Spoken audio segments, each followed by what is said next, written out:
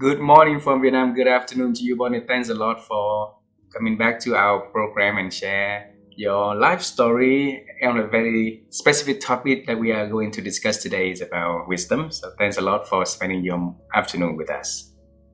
Well, thank you for inviting me. This is an honor to join you again, so thank you. You're very welcome, Bonnie.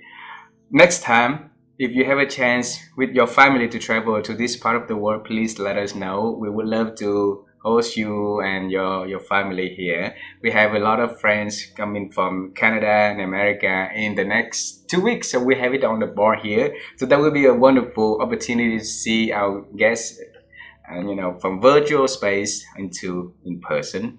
That's going to be a wonderful opportunity for us to give you a hug. Okay. Yes, instead of a virtual one. Absolutely. And since you've been associated with the Vietnamese communities, the Asian community a lot also, it's an honor for us to have you to do a little introduction of who you are, the works you are doing. Would you please do that for me and for our global audience, please? Okay. Let's see, how far back do you want me to go? We're talking about wisdom. I guess it starts like decades ago, but I actually got into business after being educated as a teacher, and I started teaching. A lot of people don't know that about me. I was a kindergarten teacher. I was teaching 5-year-olds, and I had 2 children of my own, and I got a divorce. And then, quite honestly, being a kindergarten teacher, which was not full-time, didn't pay the bills. And so I started looking for a 9-to-5 job. And I answered an ad in the paper for a medical secretary. And I went in and I pled my case about why I would be so good at this. I was pre-med for a couple years in college, and anyway, they said, no, we're going to train you and going to leave, you're too qualified. But then they called me 2 weeks later and said that they're starting a joint venture with a healthcare management company to open up a cardiac rehab center with 30 docs. And they said, do you want to come in and interview? And I said to myself, sure. But then, of course, I also said, what are you doing, Bonnie? You're not qualified for this job. Well, anyway, long story short, I did talk myself into the job, and I was managing that center for 1.5 years. And then I was doing well. And after 1.5 years, I was managing 11 of those centers. And that was my entree into the business. And, we're talking about wisdom. Some of the wisdom that I learned was on the job. So most people look at me and they say, oh, you were CEO of a national company. You made it to the C-suite. You must have gone to business school. You must have studied all this stuff. And no, I was like a sponge. And I learned the business world really on the job. In every job that I had, there were certainly new challenges and new opportunities. And that was kind of the way, my career went. Doors opened, and I didn't shy away from necessarily walking through them. I did walk through them, even though I may not have been 100% qualified. And I wasn't afraid to take those risks, or I wasn't afraid to make mistakes. And I think that that's important when we're talking about our careers and how we look at what our goals are and expectations versus what a potential plan is. On the one hand, we want to be really strategic about how we're going to reach our goals. But if we are afraid to go through open doors, if we're afraid to open doors, then we're going to stay stuck and we're not going to grow personally or professionally. Beautiful, beautiful. And that's why your story is very insightful for a lot of us. I want to bring you to the moment that you got that call, all right? And it's they and whoever called you on the phone asking Bonnie if you want to go for the interview.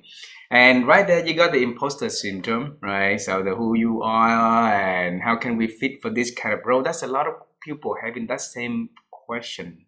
All right. So what did you do back then to talk yourself out of those nervousness, out of those, like insecurities and open the opportunity to walk to the door? So the thing is, I wasn't nervous. I grew up in a medical family, and I wasn't intimidated by doctors. The fact that I was going to manage 30 docs didn't cross my mind as something that I would not be able to do. But the first thing I started to do was think about how I was qualified and what my background was.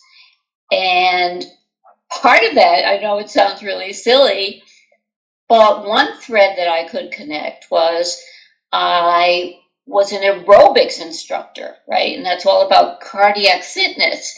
And so in my interview, I planned and I talked about how I knew how important that was, and I was passionate about it, and therefore I was, the ideal candidate.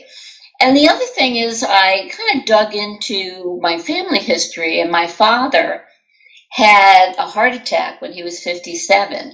Oh. So it was when he was really young, but we completely changed everything in our lifestyle about, our diet and exercise and everything. And so I really knew that whole area, that topic, from personal experience. And I also tried to instill that I was really smart. You could teach me anything, and I'm going to learn it. And that proved to be true. I'm curious to know that a part-time kindergarten teacher not making it enough money to cover for the expenses, and becoming a person in charge for one operations, and in a year and a half made it to national operation expansion. So there's a lot of learning, there's a lot of there's a lot of work in there. So what did you do to scale up and to get yourself ready for that scale up also? Well, what I've been really good at, and I think this is important, right? You look at your strengths, you look at your weaknesses, right? Yes. And you try to leverage your strengths. I'm really good at building relationships with people. And I definitely knew how to build a web of what I call a web of influence, where you build a strategic network with focus and with intention on who are the people that you can foster relationships with, where you both can benefit, some mutual benefit, and leveraging those relationships when you need them. Now, I worked for a large national company, not that particular job, but another one, and I built a relationship with a colleague. We worked together on different projects. She was in a different part of the country. We had similar roles. And she was the one who, on the basis of her experience with me, told me about a CEO position that was open in the company where she was presently working. And she opened the door for me. And so it was through relationships. And when I look back at my career, every job I got was through a relationship or through referrals. I never had to, except for that first job, I really never had to go out and send out resumes cold and pick up the phone cold. And that's the beauty of having a network, and that's the beauty of having relationships, and not just shallow relationships, but an understanding with people about how you can serve them, how you can help them, and how in turn then they can help you and help open up doors. Beautiful. There's always saying that relationship is everything, right? And that's wisdom right there you just shared. So let's get back onto the topic of wisdom, and this time we want to start from the very root of it. Okay, so start small first. So Bonnie, each of us will have our own definition of what wisdom is, right? So I would love to hear from your body that works, from your years of experience. What is that definition of wisdom in your own term? Well, I said before that I'm a sponge, right? And I think that for me, wisdom is everything that I have absorbed on a personal level, on a professional level, over time. And that encompasses a lot. It encompasses not only my track record and accomplishments and how I've been successful, what led to success, the mistakes I've made, and the lessons that I've learned from those mistakes. So I think that, and I would add also, and the resilience to understand that you can learn from your mistakes, that there is wisdom to be gained on all levels, not only from the inner work that you do, but from what you absorb from other people. In a way, in part of my career, I've been pretty nerdy. I'm out of the corporate arena now. I've done a lot of research for both the books that I've written. I love kind of diving into that and really exploring what affects certain behaviors, what affects some of the policies that we have in the workplace today, and how that affects women in particular. And from that, I have let myself be surprised by some of the research and the results. So, for instance, when I was writing Not Done Yet about women over 50, I did extensive research. About 900 women across the world participated in my survey about what they were experiencing in the workplace, right? And I had participants from as young as 20 all the way through 70, 75. And I was asking them basically the same questions. But what surprised me, because I thought, oh, women over 50, this is where it's all, What surprised me was that women under 30, under 35, were 77% of those women were experiencing similar situations in the workplace as older women. Where, I went into it, I tried to have an open mind, but I did have kind of a theory that as you get older, it gets worse, but it turns at either end of the spectrum. So, not to kind of belabor that point, but to use it as an example of how you need to keep your mind open. Beautiful. You need to be that sponge. You don't necessarily know all the facts ahead of time, and you can't jump to conclusions and make assumptions if you really want to gain wisdom. You can't close down your brain because that's not really what you wanted to hear, or that's really not what you anticipated. So I think that that's part of how we gain wisdom is to keep our mind open. Beautiful. Wow. And to let yourself make mistakes. Wow. Wow. Bonnie, I wrote in there is like everything is absorbed like a sponge over time, right? So the success, the failures, the lesson that we learn, being open for for learning from the experience, your experience and the experience of others, and also build resilience along the way. There's so much for me to dive in with you in this further. All right. So I want to talk first about mistakes because we can learn a lot from success, but we're gonna get back to the learning from success also because a lot of people also through success becoming fallen angels and right.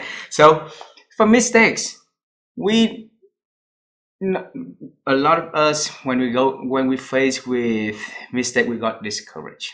Okay, we got we blame ourselves for what happened, and because of that it stopped us from going further, trying further. Fear is getting to the way. Okay, and I want to help them to eradicate that thinking. So Bonnie, when you make mistakes, how could you talk to yourself to make sure that you get the learning? Yes. I think it's a process. And I'm going to give you an example of a mistake I made and how I turned that into an opportunity, right? But it's a process, and you need to let yourself go through the process. So you make a mistake, and you're saying, "Oh, you're blaming yourself," and you have all this negative stuff like going on in your head. Let that flow. Acknowledge that, and that's the only way you're gonna eventually let it go. Is to first, if you bury it and you say, "Oh, it was everybody else's fault," I had nothing to do with this. You're not being open to learning from that mistake. And I want to give you an example. When I was in corporate America, I worked 8 years at one particular company, and this is pretty early in my career, and I made it up to the assistant VP level, right? Company went through a merger, and that resulted in the fact I got a new boss, and there was a change in the structure. My position was going to be eliminated, and they offered me like a lateral position, which I'd have to move for. But behind that was the fact that I could have had a promotion, right? There was an opening now to be VP. But here's my mistake.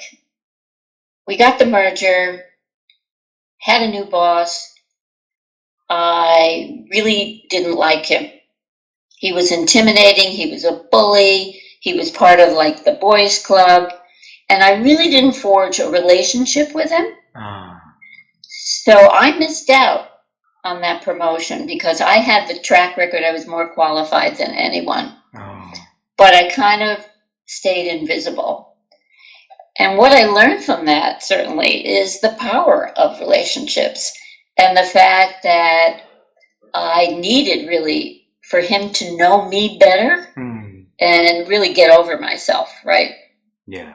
And I learned from that to the point where I wrote a book about it.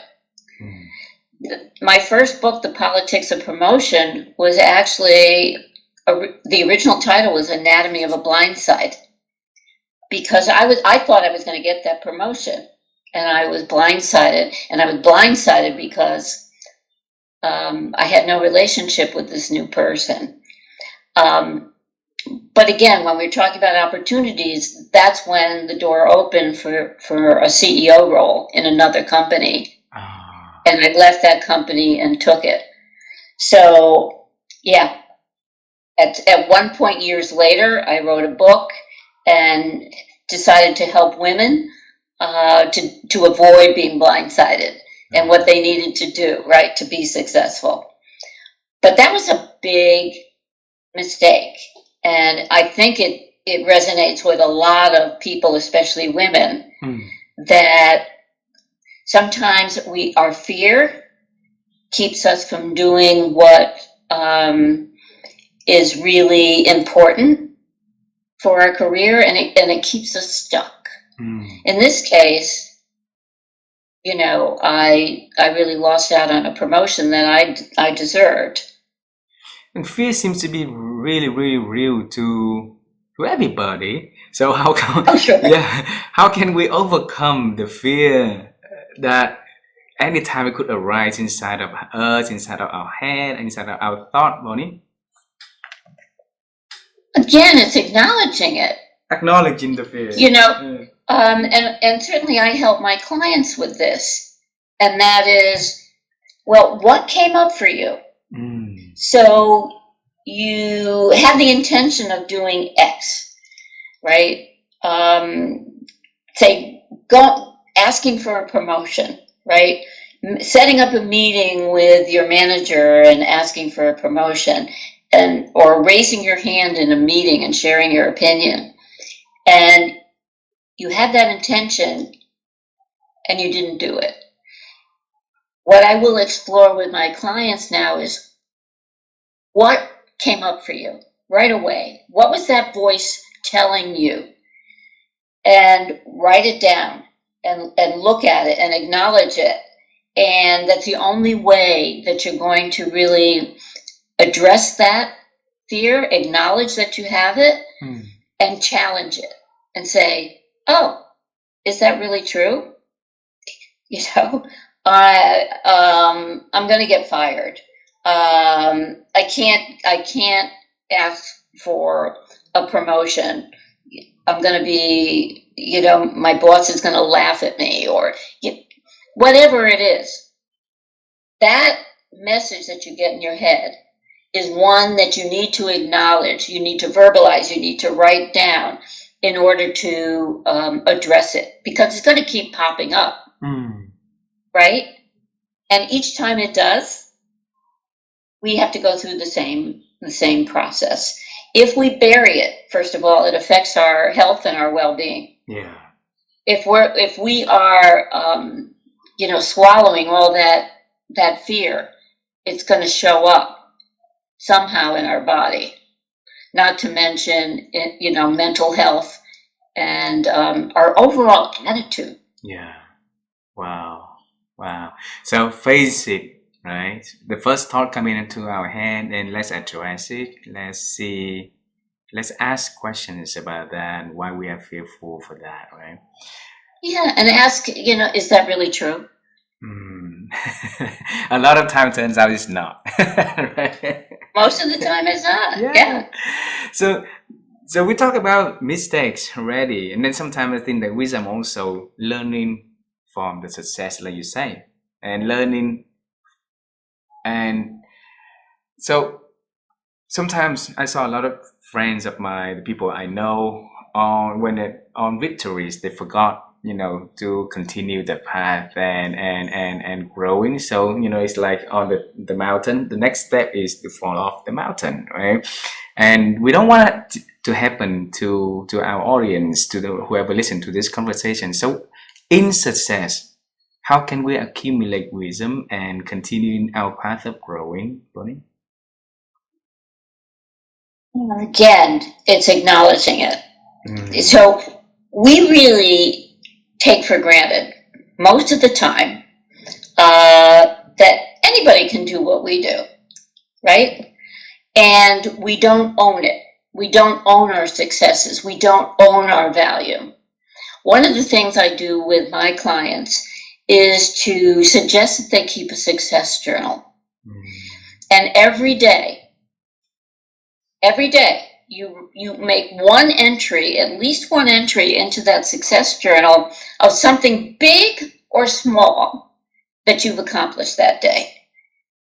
And then at the end of the week, you read through the week and you say, what does that say about me? What does that say about me? Because I learned this long ago about success, that it's the Velcro Teflon syndrome. Have you ever heard that? No. Okay.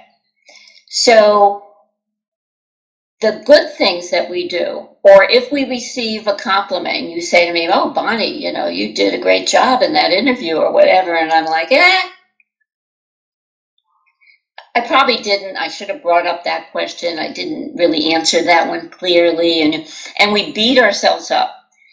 So that compliment rolls off of us. It doesn't stick, right? And we don't own it. However, so that success we don't own. I'm sorry, I mixed this up. Our success we don't own. Somebody tells us we did a good job, and and so it rolls off of us, right? But that same conversation where I could have, I should have, I didn't, that sticks with us like Teflon. So we don't own the successes. Those kind of roll off of us, and we say, "Oh, anybody could do that," or, "Well, I really didn't do it that well," or Yet the mistakes, or not even mistakes, probably because it's all in our head, that sticks with us. So the idea is to keep that journal, to keep reminding us of the success, and it doesn't need to be like, "Oh, I just signed $1 million contract." It could be, "Wow, I got to work on time. I got a lot done. I managed to leave early and go to my daughter's soccer practice. I got dinner on the table." That's a successful day. There's a whole spectrum of what you can put down in your journal, because it's important that you look at it over time and say, "What does that say about me?" And it gives you the permission to own it. Wow. So if we have a journal like that, saying a lot of good things about ourselves, right, over the week, over the month, and what would that bring us? What benefit would that bring us in the long term, Bonnie? Couple of things. First of all, it really helps our confidence, our self-esteem, because so many of these things we forget about. And because, we really haven't kept track of them. The other thing is, it's a written documentation of everything that you've accomplished, say, over the year. So when it comes to your performance review, and you have to do a self-review, you can look back and say, "Oh yeah, I really managed that project very well, and here's what the result was.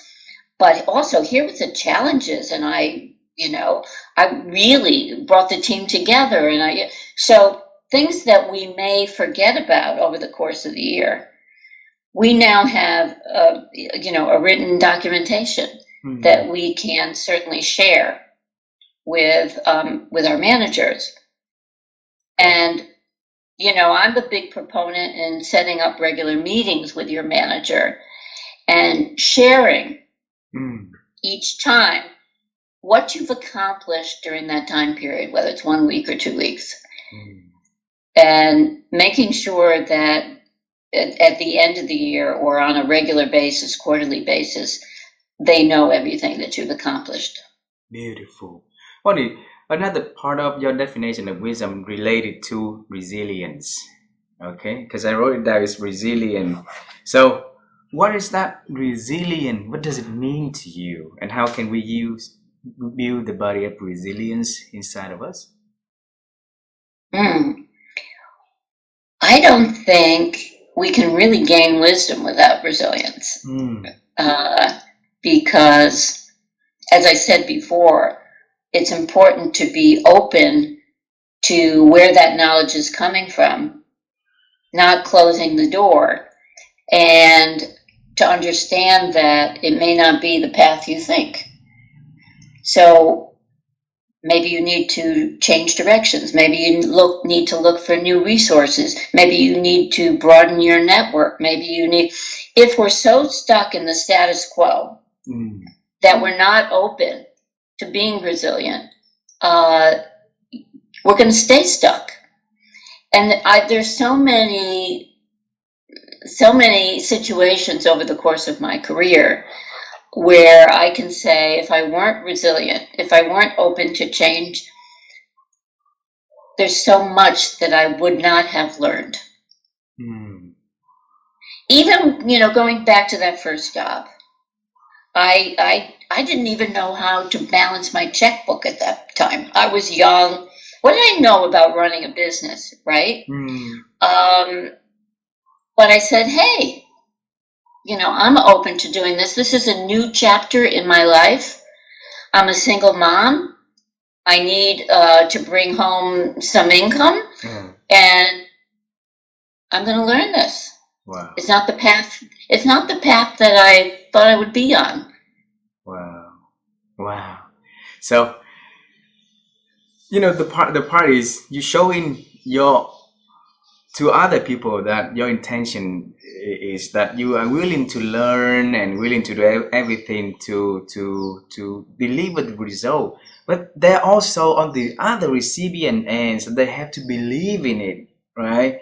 So in order for them to say, okay, although Bonnie is yet experienced on how to do the booking and how to run the operations here, but maybe I trust her, maybe I give her the opportunities. So what did you do to make sure that you got that trust, you got that opportunity given by them to put onto your hands to run the operation where you have, very limited knowledge about it?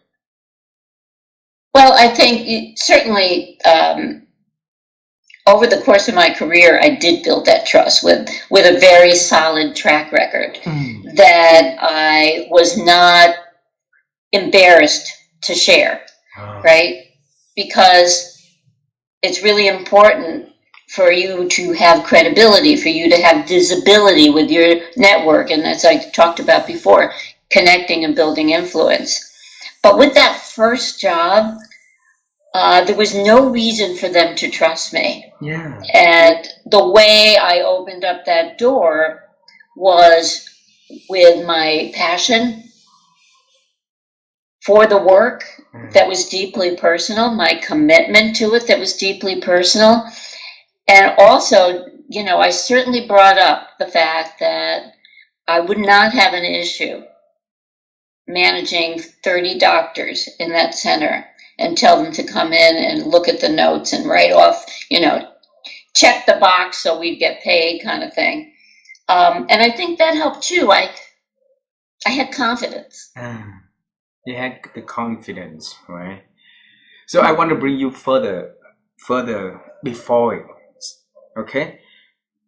I believe along the way when you're growing up, you accumulate the wisdom from the family also. For you, because you said that your family coming from the doctor background, and then you've been seeing that already, the practice until now you have 30 doctors to manage under your wing. You have no problem of doing it, right? But so how did that young Bonnie on the way to growing up in the family to accumulate the ability to think that she's okay working with 30 different type of doctors for that operation? First of all, I was brought up with the value of education and learning. Wow. And that was something that was very important in my family. It became certainly very important to me as I got graduate degrees, etc. There was a lot of respect for learning, for gaining more wisdom within my family, and I think that that's a really important starting point. Also, I can hear my father's voice, like even right now, that telling me, Bonnie, you can do whatever you want to do. Wow. And it was that belief that probably helped me walk through that first door, that I can do this job. Yeah, the different parts of it, like the technical aspects of balancing, the balance sheet and running a budget and all this stuff, that stuff I can learn. But what I'm really good at is the relationships. Because if I just go into this job and say, I went to business school and I learned, XYZ, that would be great. But that wouldn't necessarily help me be successful without the personal side, without the softer skills. And so I was definitely brought up with that respect for not only the intellect and the technical part, but also the personal side to business, wow. Understanding relationships and working that way. Wow. So you mentioned about the relationship. Let's go into that direction. Okay. At what age did you figure out that Bonnie is really, really good and that her strength is to build up and nurturing and expanding relationship, opening the network? Mm-hmm. Yeah. At what age? At what age? Yes. It was probably at the very start of my career, I would say. And how did you realize it? I don't know. There's some things that are innate, I have to say, that just come naturally for me. And I knew that politically this wasn't going to be an easy job, but I didn't consider that was going to be an issue. I really just jumped in and did it. Yes. No, I just think that's something that is true throughout my career. The biggest mistake I made was with that new boss that I didn't make a relationship with, where I lost out on a promotion. Because a lot of us, I believe that inside each of us, we have hidden talents, the strength, right? That maybe today if I'm not really seeing it, maybe tomorrow, maybe a year later on the road, and I'll be able to figure out what the strength is. So how can we help people to unveil it a little bit earlier so they can leverage their strengths a lot quicker in their personal and professional life? I think coaching helps. Coaching, yes. It definitely helps. If you're in the workplace, mentoring somebody else where you actually can see how they're doing the work and acknowledge what they're really good at, help them see where they might need to do a little more work, and being able to champion them for doing that. And certainly, I mean, there are lots of tests out there that determine what your strengths are, etc. But I find that only takes you so far as a coach. Working one-on-one with my clients, I can help them through the experience of going through their situations and their behavior and how they react and how they navigate, Wow. to help them see that they have a real strength. And to me, it's remarkable and I don't know if this is a more female thing than a male thing, but it's remarkable how many women will discount those skills. And sometimes it's just that they're so innate, it comes naturally, and so we're like, oh, when we work on this, do this kind of work, it's like, oh yeah, that's true about me. Oh yeah, I can own that.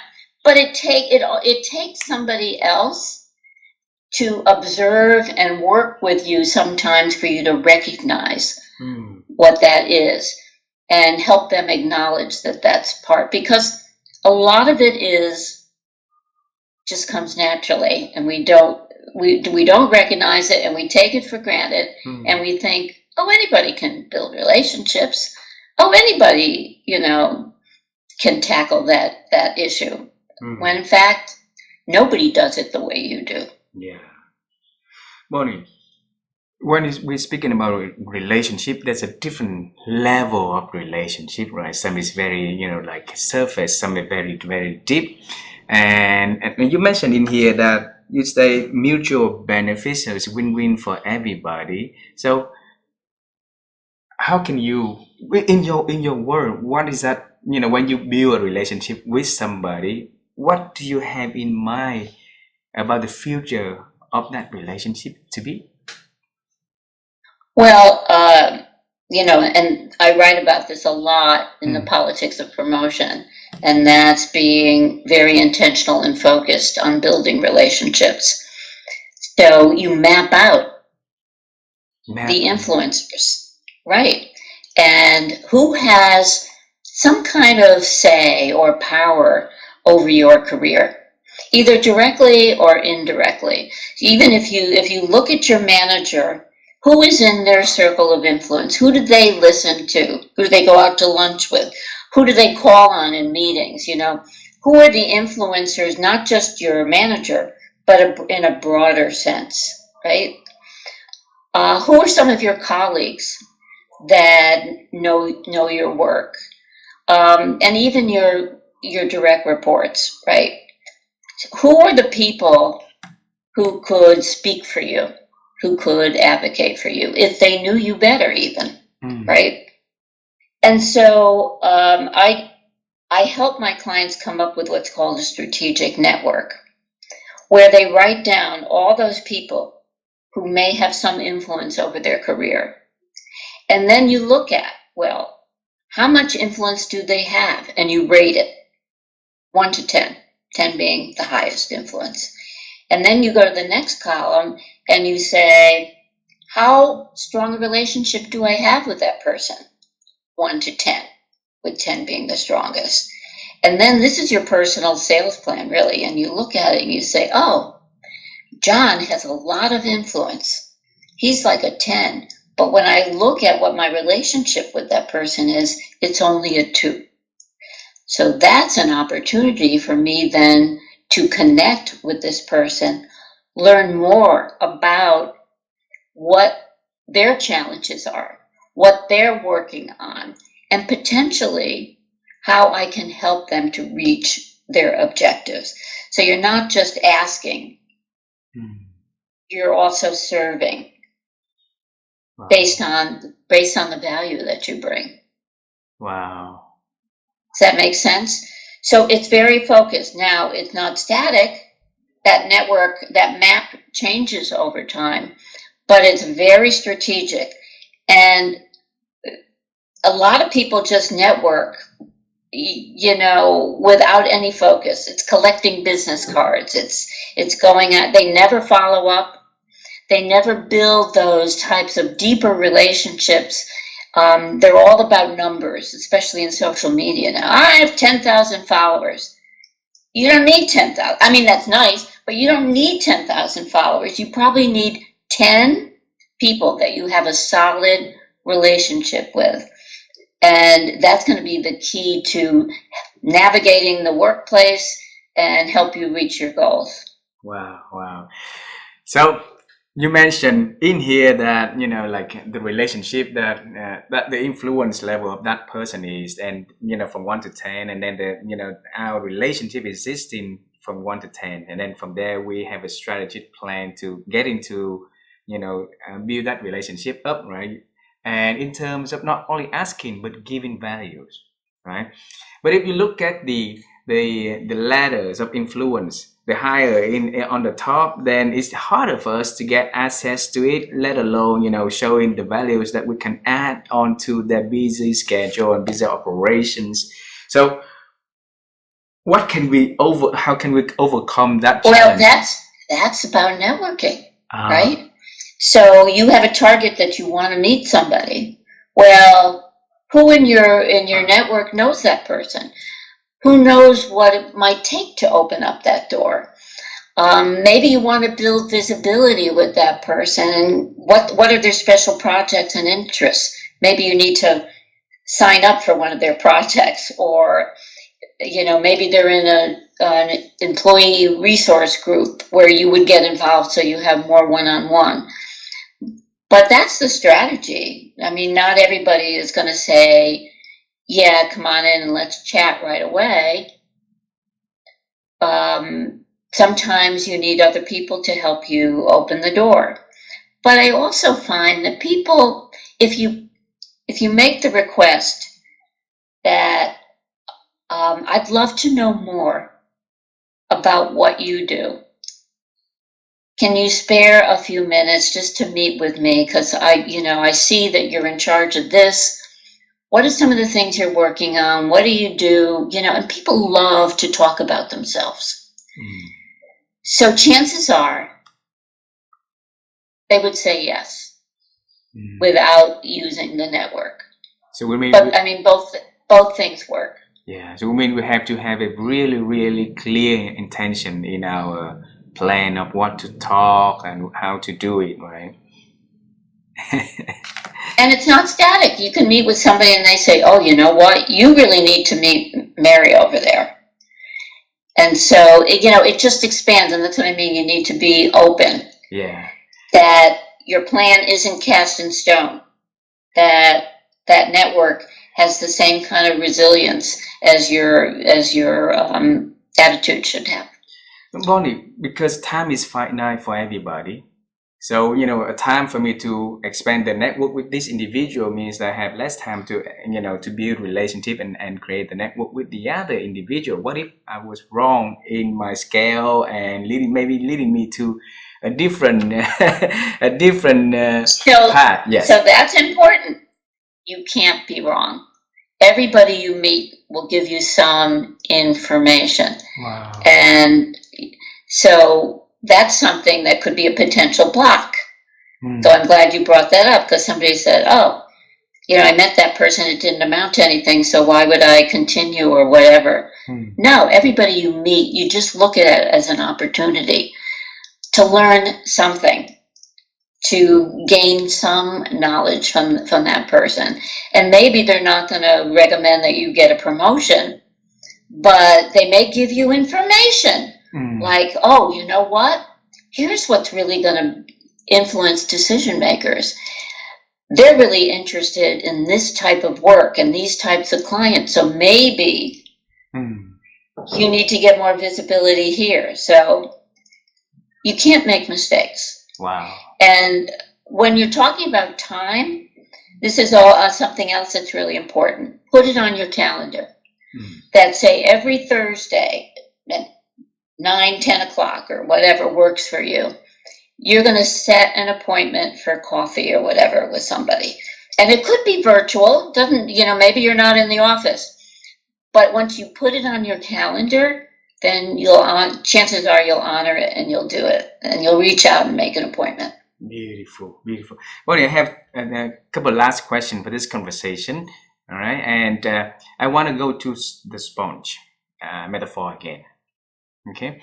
Sponge has its lifetime also. So if we don't use it with care, then we want to use it up in a limited time, or maybe we can use it longer. So filtering for what comes into our life is important to make sure that our sponge is absorbing what is important, and so when we use it, it's not smelly and is good and stuff, right? So what can we do to to block or to help us prevent the to protect the sponge for us? Put it that way.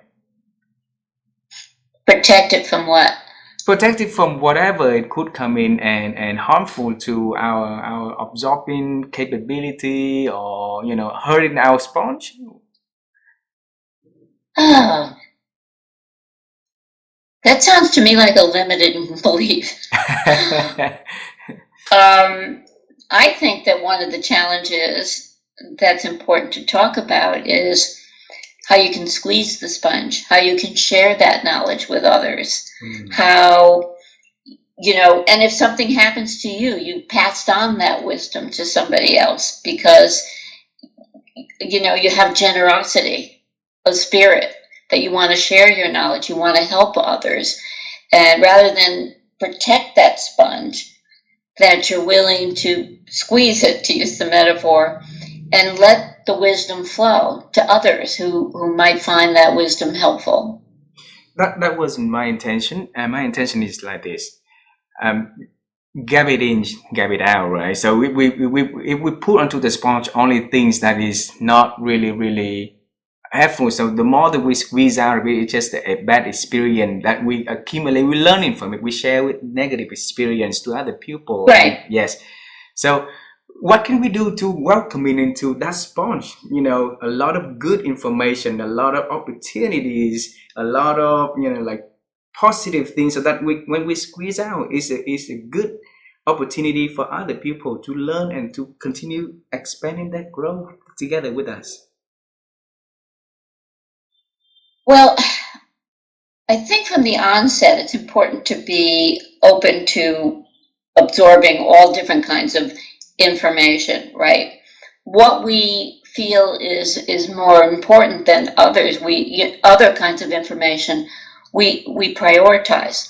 We know what's valuable. We're having this conversation and I'm sharing what I feel is valuable wisdom. I'm not sharing with you some of the garbage that I picked up on social media today, right? So I think it's a natural thing to eliminate some of the waste and focus on what is really valuable and what's important. Wow. Is that more of what you were getting at? Yes. Okay. So last question for this conversation today. Okay. Besides the word sponge, beside the word absorbing, there's one word that you use repeatedly also, Bonnie, is the word think. I think. All right. And my wife and I, we're always interested to help people to improve their ability to think through conversation like this, and by picking your brain on the practice, the way that you process your thinking over the years. So the question for you, Bonnie, is how have you been growing your own ability to think over the years? I think it's everything that we've talked about. It's being open to learning new things every day. We're very fortunate.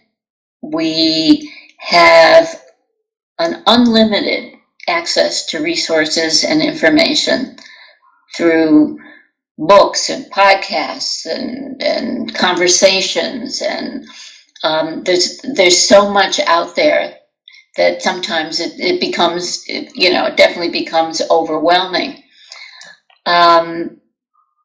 But not necessarily entering into it with the idea that I have a limited ability, that fixed mindset, and there's only so much I can learn. The growth mindset, where you have an unlimited ability to learn new things, is definitely the preferred path. Wow. Thanks, Bonnie. If you have one last word you want to say to our audience about this conversation, about one thing about this wisdom you want to share with them in the cumulative years of your living and experiencing, what would that thing you want to tell the people?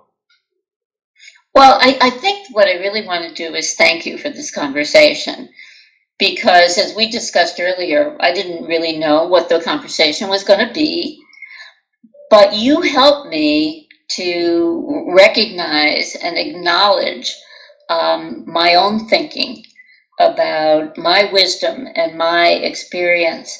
And so it's a good example, I think, our conversation, for what others can do to recognize their wisdom, Wow. to recognize what they gained over the years, what some of the important things, and also their attitude, right, about learning. So I thank you for this conversation, because it's helped me to clarify, and I think it can be a great example for others to do the internal work themselves. Wow, Bonnie, thanks a lot. So I will start my success journal today, and I will put on that your compliment for this, onto my success journal to kick it off. Absolutely. Okay. So, Absolutely. thanks a lot for spending your afternoon joining the program and share so many good insights for our audience in here. And on behalf of the listeners around the world, we want to say thank you. We want to wish you all the best. And personally, I look forward to seeing you in person. You come here or when I come to Santa Barbara, okay? Absolutely. Thank you. Thank you very much. Bonnie, have a good day and good afternoon, and say hello to your family for us, please. Okay, will do. Bye-bye.